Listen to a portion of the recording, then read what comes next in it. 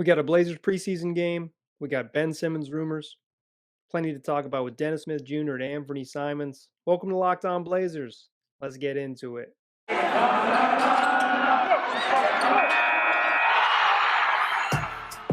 You are Locked On Trailblazers, your daily Portland Trailblazers podcast. Part of the Locked On Podcast Network. Your team every day. What up, world? It's your fast first point guard and Blazers reporter Mike Richmond. You're listening to another episode of Locked On Blazers, part of the Locked On Podcast Network. Available wherever you get podcasts and now also on YouTube. We are pushing for 1,000 YouTube subscribers by Halloween. We are already over the 500 hump, halfway there as I'm recording this on October 11th. So help me out. Subscribe on YouTube. Go to YouTube right now. Subscribe to the show. Just search Locked On Blazers and subscribe. It's a great way to support the show. And it's if you haven't watched the videos, it's a fun little insight into my world. Welcome into my podcast studio. We got a really fun show for you today. The Blazers played a preseason game. They lost 107-93 to Sacramento Kings.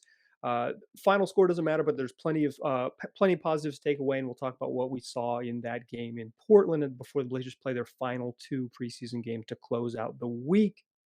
And then we got to talk about Ben Simmons. I thought, quite frankly, y'all, I thought I was done with the Ben Simmons stuff.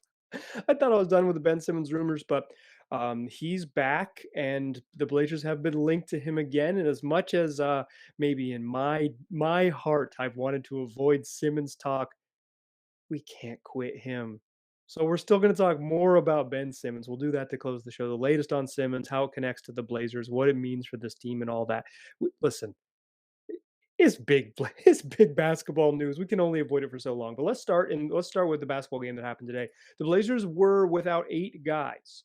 No CJ McCollum, no Damian Lillard, no Norman Powell, no Robert Covington, no Nazir Little, no Cody Zeller, no Tony Snell. It was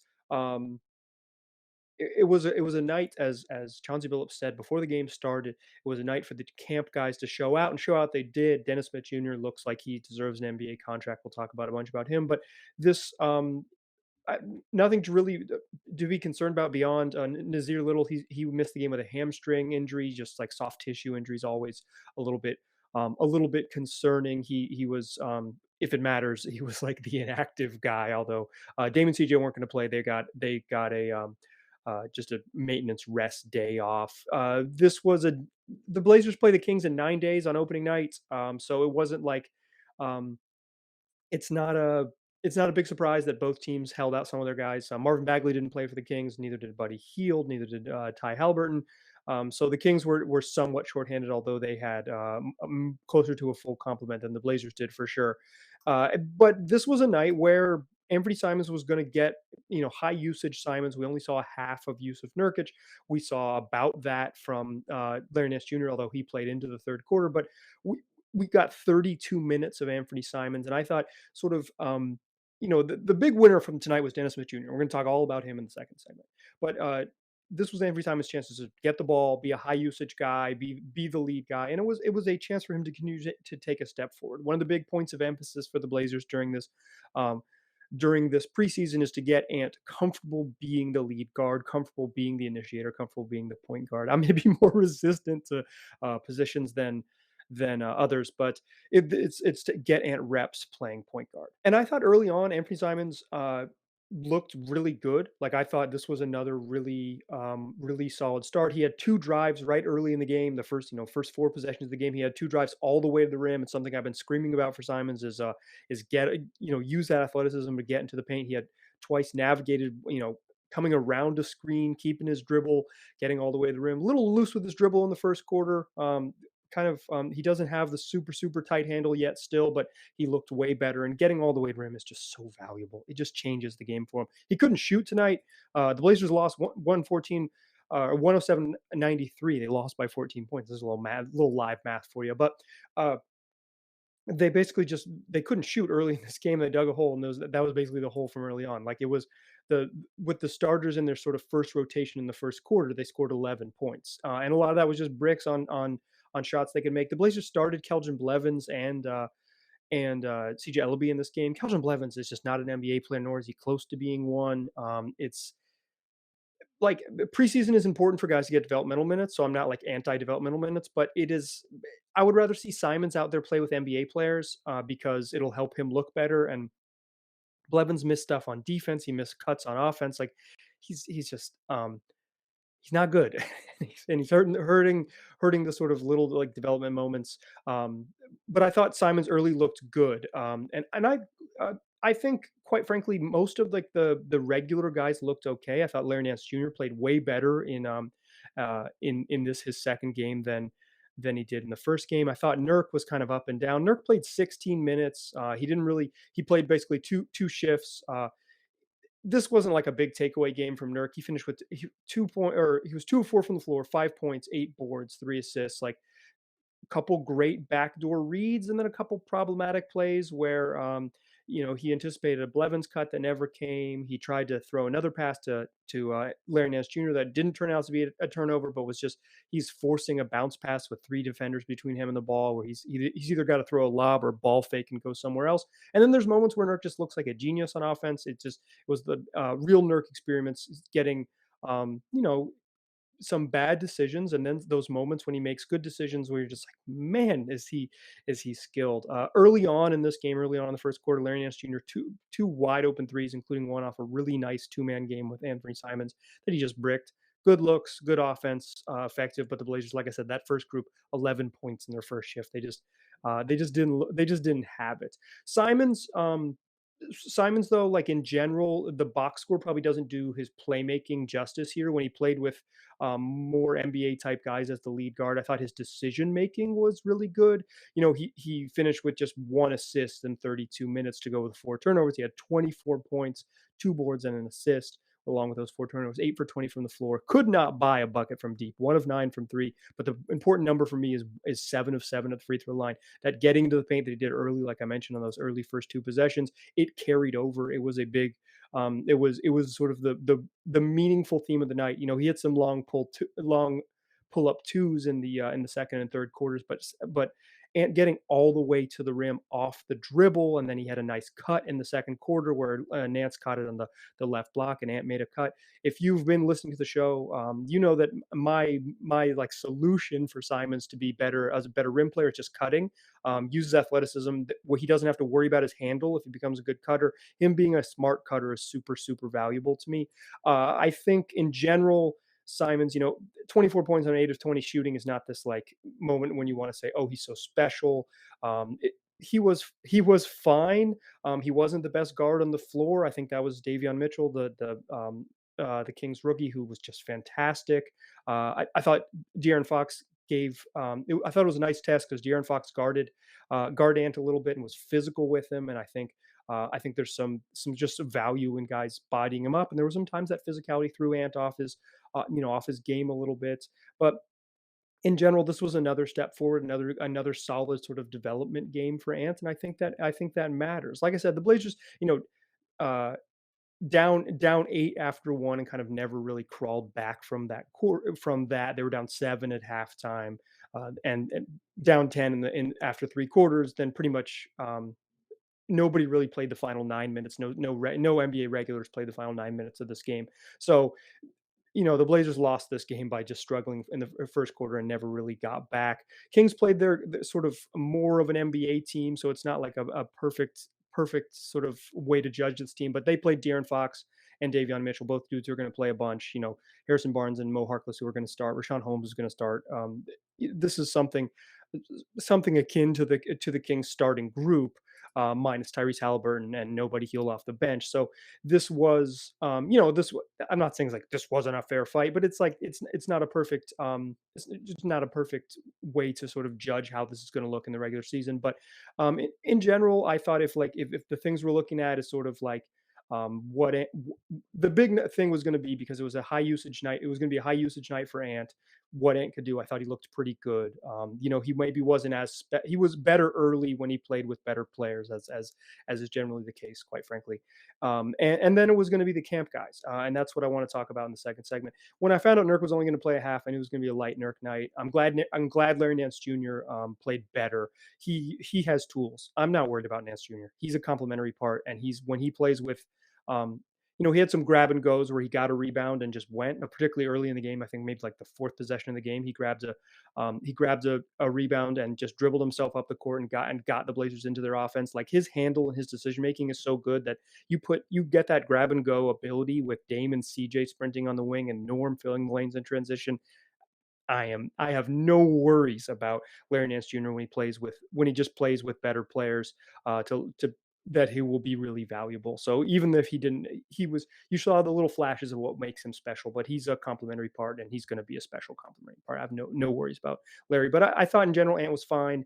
He didn't set the world on fire, but he continued to take the steps sort of developmentally that you want him to take, and um, he was one of he on a night where he needed to be one of the good players in the court. There was no question that he was one of the very good players in the court. Like that's no complaints about that whatsoever. But as I mentioned, I want to talk a little bit more about the camp guys, because this was going to be a night that sort of the camp guys proved what they could do. And Dennis Smith Jr. proved that he's an NBA player. I want to talk about that in the second segment. Dennis Smith Jr. I don't know if he earned his contract tonight, but he earned a contract somewhere in the league tonight because he can play. Well, that's what we'll talk about in the second segment. But before I do that, let's talk about Sleeper. In 2018, the good folks at Sleeper realized that fantasy basketball was broken. Games were just being won by whichever team had the players scheduled to play the most games that week. So they set out to fix it. And in 2020, they launched a completely new way to play fantasy basketball. It's called Game Pick. And here's how Game Pick works. You pick one game per week for each starter on your roster to count. That's what the only thing that counts towards your team's total score, and that ensures an even number of games for played between opponents. So the days of losing because your opponent simply had more games scheduled are done. The days of mindless daily busy work are done, and the days of giving up halfway through the season because of that mindless daily busy work are over too. Because in game picks, you pick one game per week based on player matchups, home and away, opponent's defensive rating, the pace of play you anticipate in that game, and all that adds up to more strategy and less busy work. It's just a better way to play fantasy basketball. So if you prefer redraft, keeper, or dynasty, Game Pick has you covered. Sleepers crack the code. So go ahead and they've got it figured out. So why don't you download the Sleeper app today, start a league with your friends, and you won't be disappointed. All right. So we talked about Anfernee Simons and Larry Nance Jr. showing out in preseason, but the real story of the night was that with everybody out, with the Blazers missing 8 guys and playing this shorter bench, that we were going to see the camp guys. The Blazers have 4 players: Marquise Chris, Patrick Patterson, Quinn Cook, and Dennis Smith Jr., who are competing for the 14th roster spot in camp. The Blazers can legally carry 15 into the regular season for financial reasons because they don't want to go deeper into the luxury tax. They're only going to carry 14. They'd be a better team if they carry 15, but they're not going to do it. They're going to use the word flexibility. I'm going to use the word money. But for financial reasons, they're not going to do it. So 4 guys competing for one spot, and one of those dudes is just better than the others. We don't need to get into it much more because Dennis Smith Jr. has been the best camp player by a mile. By a mile. You can see it with your eyes, but you can also just look at the box score in this one. Dennis Smith Jr., 18 points on 7 of 9 shooting, go with 7 assists. He played 26 minutes, and it's the box score tells the story, but if you watched it, there's just, he's a bucket. He's a bucket. He can get to the rim at a really, really high level. And that's an NBA skill. He showed a little bit, flashes of his shooting today where he hit 2 of 3 threes, but like what makes him special is that he's an athlete. He's a competitive defensive player, or at least he was last year in Detroit. I'm not sure we really have seen that in sort of like flashes of him being a high level defender in preseason, but it's preseason and it's a sloppy game. It's a little bit different. So the thing that impresses, the thing that stands out is that Dennis Smith Jr. can hoop. He can score. He can get him to the paint. He can get past people. He can manipulate on the pick and roll. He can find people. He's making live dribble cross court passes to the corner off of with his strong hand. Like if you let him get going, he can make the right decisions. He can punish you with his speed. He scares help defenders with his speed, so they suck in. And he was finding guys on the weak side. He's just an NBA player. I mean, there's no other way to put it. I have some thoughts about this, and I want to share them with you. But like, let's get it out of the way up front. Dennis Smith Jr. looked like an NBA player tonight. He looks like someone who deserves an NBA contract. Here's the problem. Here's where it gets dicey. The Blazers might need, number one is the Blazers might need front court help. They're just thin up front. They just don't have a lot of tall people. So it might make more sense for them to get Patrick Patterson and Marquise Chris. Chris looked terrible in the first preseason game. He looked a little better in game two. He can pass. I thought a couple times, what I wrote down in my notes in the second and third quarters is that Marquise Chris made the right decision like twice where he caught it on a short roll and swung the ball hard to the corner. Like he's got playmaking chops. That there's some value there. But he's not this like elite defensive center or a guy who can play like a whole boatload of minutes as a center. Like he can help, and he's tall, and the Blazers need other tall people. So Marquise Chris, him looking a little better has some value. Patrick Patterson missed some wide open 3-pointers. He had a funny turnover late in the game when Greg Brown Jr. would have been wide open in the corner, but he cut baseline, and Pat just whipped it to where he would have been in the corner. I don't think there's a single thing that Patrick Patterson can do in the regular season or in the preseason that matters. Like if he makes the team, it'll be on the strength of his resume on 10 years in the league and his familiarity with Chauncey Billups playing for him with the Clippers last year. Like Patrick Patterson's going to if he gets the job, it'll be because he's a veteran. But if you're just doing it on town alone, Quinn Cook, who was fine at the end of the game, but he's several steps behind Dennis Smith Jr. If you're doing it on town alone, it's Dennis Smith Jr. It's not a question. Dennis Smith Jr. gets the job, but there's a cap. There's a cap on what he could offer. If things go wrong, if there's an injury or whatever it is, like Dennis Smith Jr. is going to be helpful. I also think like talent matters. Like building an NBA roster isn't 2K. You don't just want someone who's like the best overall player. You kind of want um, you want to have the roster make more sense, and the Blazers might need more front court help. Like for me, that's more pressing need. But if you're just going town alone, it's Dennis Smith Jr. It's not close. He's Duke and hoop. But here's the problem. I think that there's a cap on the minutes on the guy in front of Dennis Smith Jr. So it's not only that Dennis Smith Jr. is not like there isn't real minutes for him and there's no way for him. There's a cap on Anfernee Simons, the guy we talked about in the first segment. Like Simons has a real role this year. He's going to play 20 some minutes a night, 22 minutes a night. But like there's a cap on how much Simons is going to play, quite frankly, because there's Damon CJ is still going to play 34 minutes a night. Norman Powell's going to play a bunch, and if you try to find him some minutes, when Damon CJ are off the floor to let him have some time, like that's then then how many, what is the absolute maximum number of minutes Simons can play each night? It's probably 20, not even 24, 20, 22 and a half, 23. Like it's there's just like a max on how many like realistic minutes with fully healthy that Simons can contribute. And if there's a cap there's a cap on Dennis Smith Jr. Like there is, as good as he is, there aren't really minutes for him to play if things go according to plan. And I think if we're just saying the way for the Blazers to sort of figure this thing out is to get the best players, you get Dennis Smith Jr. and don't look back because he's been the best player. Like he was the best player tonight against the Kings. He was probably the best player on the roster tonight against Kings, probably better than Simons for my money, or at least he was right up there with him. But like those two aren't like competing for minutes. It's not a competition. Those minutes are Simons. So there just aren't minutes to be had in the way that like there could be some emergency or even just foul trouble minutes for a backup big. Like even foul trouble, there's not backup minutes for Dennis Smith Jr. unless something weird happens because you have four guards already. You can rotate in between four guards, and two of them are your star heavy minute guys.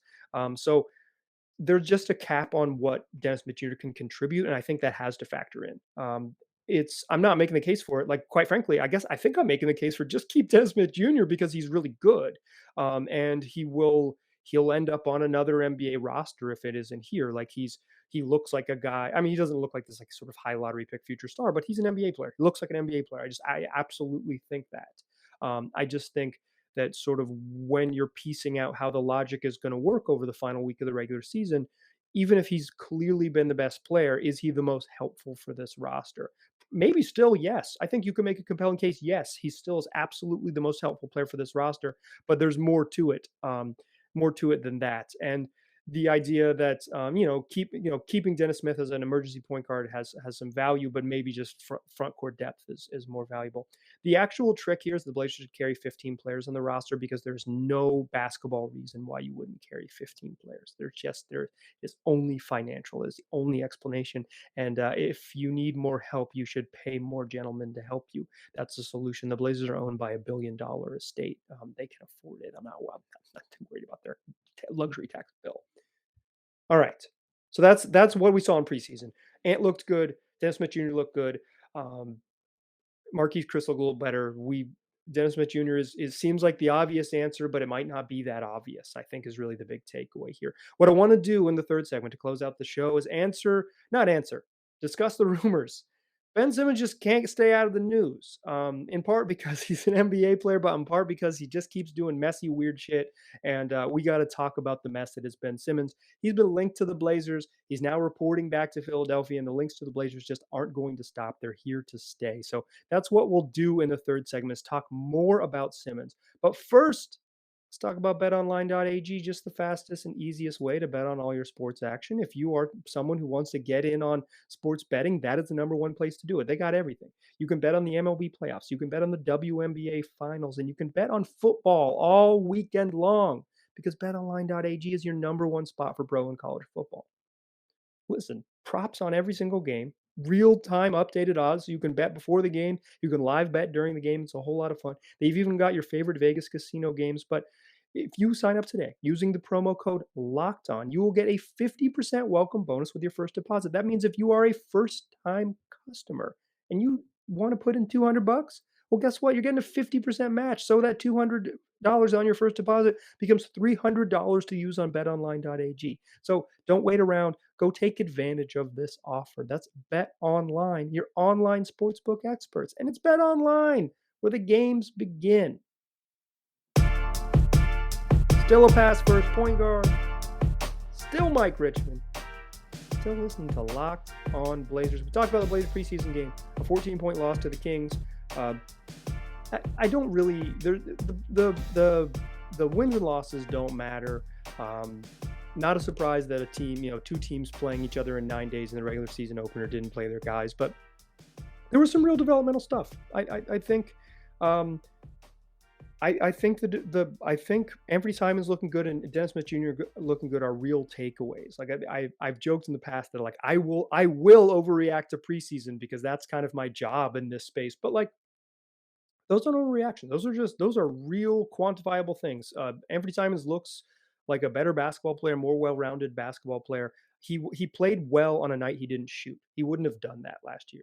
And Dennis Smith Jr. looks like an NBA player. Whether he's an NBA player for the Portland Trailblazers or for another team remains to be seen, but he can contribute at this level. He can play in the league. Where he ends up playing in the league is a question, but DSJ can play in the league. I have no doubt about it. Go Wolfpack. But we got to talk about the Simmons news. Listen, I get a little worn out by the NBA rumor stuff. I've said this before, and I'll say it again.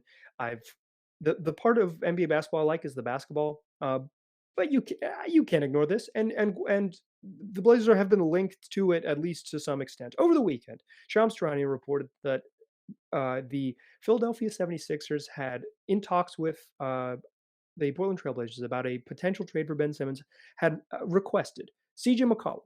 Okay, cool, fair. That's like a fair trade. What else?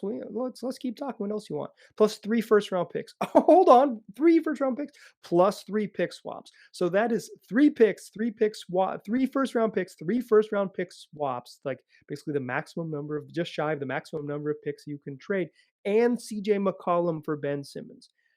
I'll say this, and I've been on the record, and I want to be clear about this. If it was a straight across trade, Simmons for McCollum, I'd smash the yes button. Go ahead and do it. I think that makes the Blazers better. If nothing else, it might change it might lower the Blazers' floor while potentially raising their ceiling. And I am more than ready for this team to take a big swing and find out if they strike out, because they're going to hit a double this year. They might hit a double off the wall, but they're not going this. It's that's what it is. They're just going to make solid contact. We know this. We know the ceiling of what this group can be. This team might even be fun, but they're not a championship level team. Does Simmons make them a championship level team? I don't know for sure, but I think he makes them better. I think he answers their questions. I think he straightens out a lot of the. While he presents some problems because he's a weird player who can't shoot and won't shoot, more importantly, I think he answers some of their defensive problems. He kind of figures out like what do you do, where does Norm fit? He kind of he while he adds some wrinkles, he irons out some others on this roster. So I'm in favor of, if it was a straight across trade, I'm doing it. The trade itself is ludicrous, but like the trade offer itself is ludicrous. CJ and three firsts and three swaps is wild. But friends, maybe this is what progress looks like. The Blazers and Philadelphia 76ers are talking about a trade, and the person they're talking about on the Blazers roster is no longer Damian Lillard. Seems like the while the Sixers remain asking price remains incredibly high, mild progress that it's not Dame plus a bunch of picks or like only Damian Lillard. They've now moved to the range where it's like CJ and way too big of an offer, but this is what progress looks like. The Blazers just gotta keep on waiting it out because the Simmons situation is not resolving itself. Although there is some news towards what a resolution looks like. Simmons had held out of camp. He had not reported to the Sixers preseason games, and he's out about $1 million, and it was going to be north of $1 million if he missed. If he had not reported by Monday evening today by the time of the game. And you know what Ben Simmons did? He showed up at the arena without telling anyone. In fact, the Sixers, according to Adrian Wojnarowski, had been in a lot of contacts with Rich Paul about, okay, we're going to get Ben back. He's going to come rejoin the team. He might not play in any games, but we're going to bring him back here. We're going to figure out a solution because Simmons doesn't want to take away his money, and maybe we can find a solution that's amicable where he doesn't just give away $5 million while we figure out what happens to him, right? Like they're going to try to figure out some sort of amicable financial solution. Unlikely that Simmons, it seems like unlikely from the reporting at this stage that Simmons played basketball games, but like he's going to show up and do stuff, um, and at least be in the market in the building. But reportedly, he just showed up at the arena and was like, "Yo, I'm Ben. You may remember me. I'm the point guard, Ben Simmons. I like to take my COVID test because you got to do COVID testing to like be reintroduced into the market, et cetera, et cetera." So unbeknownst to the according to Adrian Wojnarowski, um, unbeknownst to the team, unbeknownst to Rich Paul, Ben Simmons just decides to show up in Philly. Flies there in the way that super rich people do. Gets private plane lands, gets to the arena, and surprise! I'm here to take a COVID test and rejoin the team. It was a surprise. Simmons has 4 years and $147 million left on his contract. He is a max player playing out the final 4 years of his max contract. It is hard to demand a trade in this situation, but we look like we're heading towards something that looks like a resolution, something that looks like maybe this is going to be messy. However, it ends, it's going to be hard for Philadelphia to sort of thread the needle in the way that they reportedly want to thread it. They are not going to be getting 3 first-round picks and 3 swaps from the Blazers. That was, I trust Shams reporting, but that's just like an example. What it is an example of the sort of laughably high asking price, and maybe, quite frankly, depending on how you want to read it, a report from Simmons camp that would suggest here are the 76ers still not taking this Simmons trade seriously. They're the ones holding it up because their asking price is astronomically high. They have every right to have an astronomically high asking price. But in addition, that means that other teams have a right to say, wait, what the hell? And I think that's where we're at. But Simmons reporting is good news. For this having resolution, the Blazers and Philly talking about CJ and not Dame is good news because we're moving towards a more palatable trade. If the Blazers just have to do this, keep on keeping on and let that situation take care of itself. But we're getting closer to the point where that situation is taking care of itself.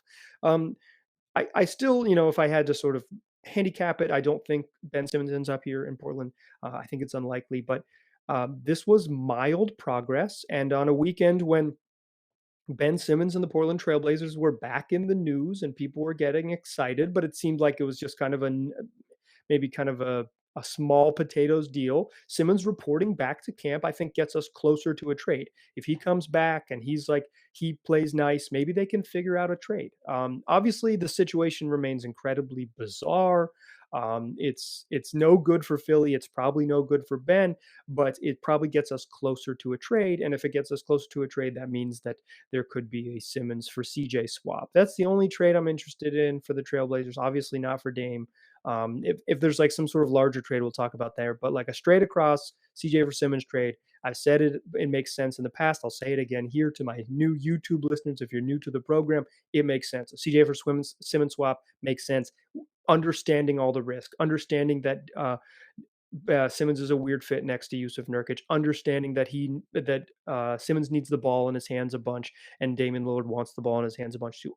Recognizing all that, we're just in sort of, would you do it? I'm pounding the yes button, and I'm figuring it out later. I think talent wins. I'm a believer in Simmons' talent. If he doesn't get any better, he remains one of the great defenders in the league. If he improves just his sort of approach, like if he just improves his approach and sort of his willingness to go get fouled late in games, willingness to be an aggressive player in the fourth quarter of important basketball games, he takes a massive step forward just by willingness to do it. So yeah, I'm pounding the yes button. Here we are. Philly is getting closer to having some sort of resolution, and the Blazers certainly could be in the mix when that resolution plays itself out. All right, on tomorrow's show, we're going to do mailbag. Many of you are going to ask me about Ben Simmons, and I'll answer some of those questions again. But um, I wanted to talk about it here because it's the news today. We can talk more. If you have a question, we can talk about whatever you want. That's how mailbag works. It's a listener. We answer listener submitted questions, or I answer listener submitted questions all episode long. If you want to get involved in that show, I'm going to record it on October 12th, Tuesday, October 12th in the evening. Probably get them in before 8 p.m. Pacific time at Mike G. Rich on Twitter or lockedonblazerspod@gmail.com. I'll send out a tweet soliciting questions, so make sure you're following me there on Twitter. We got good shows coming up the rest of the week. The Blazers play a preseason game in Phoenix, 3 p.m. Pacific time, Phoenix, because of the WNBA playoffs. I'm excited to watch both those games, both the Blazers preseason game against the Suns and the WNBA finals. The WNBA playoffs have been awesome, so I recommend you check those out too. But we'll have a game recap after that one. Fun shows the rest of the week. Make sure you check back. Make sure you are listening. Locked On Blazers is 5 days a week, free wherever you get podcasts and already on YouTube. The season is here, so you might have friends who are like, hey, what kind of podcast you listen to? You listen to any Blazers podcast? Tell them that you listen to Locked On Blazers. Tell them they can find it wherever they get podcasts and on YouTube. And then tell them to subscribe. Both of those places. Appreciate you listening. Talk to you soon.